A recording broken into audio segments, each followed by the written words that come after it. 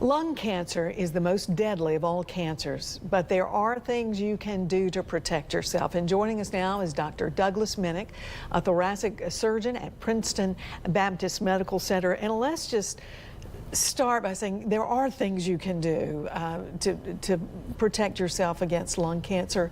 Let's start with the screenings. Of course, anytime you can detect a cancer early, that's a good thing. Yes. I think the focus for screening for any cancer, whether it's lung or any other malignancy, is the concept of detecting the cancer at an earlier stage.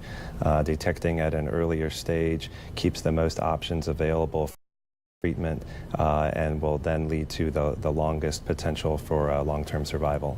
So for lung cancer, what is the screening for that? There have been several studies really over the last couple decades to try to identify what is going to be the best test and the manner in which to do that. And what has finally settled out over multiple studies is the idea of a low-dose chest CT scan or CAT scan. And that's what we're looking at on the screen right now, right? Correct. That was originally an image of a chest x-ray and then the scout film of a CT scan and a patient undergoing a screening CT scan there.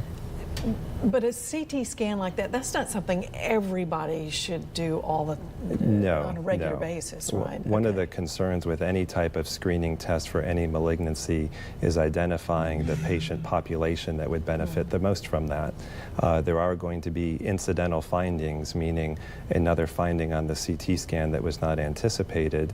Identifying the highest risk group of patients will increase the utility of that scan. Okay, so for people listening, who is high at risk? I'll name smokers right off the bat. Correct.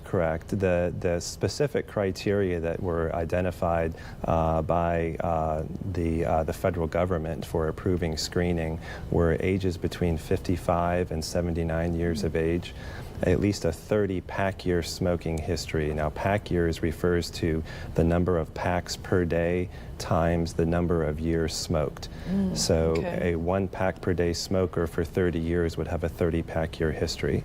So in that age range with a minimum of a 30 pack year smoking history. Okay, they need those screenings. Correct. Right. So, and is there some symptom that we should, a bad cough that you just need to get it checked? I think any symptoms do warrant being checked. With specific regards to lung cancer, unfortunately, there are typically no symptoms until it progresses to the higher stages. The goal of this screen is to identify the asymptomatic patient with an early stage malignancy. The earlier stages of lung cancer often have no symptoms. All right.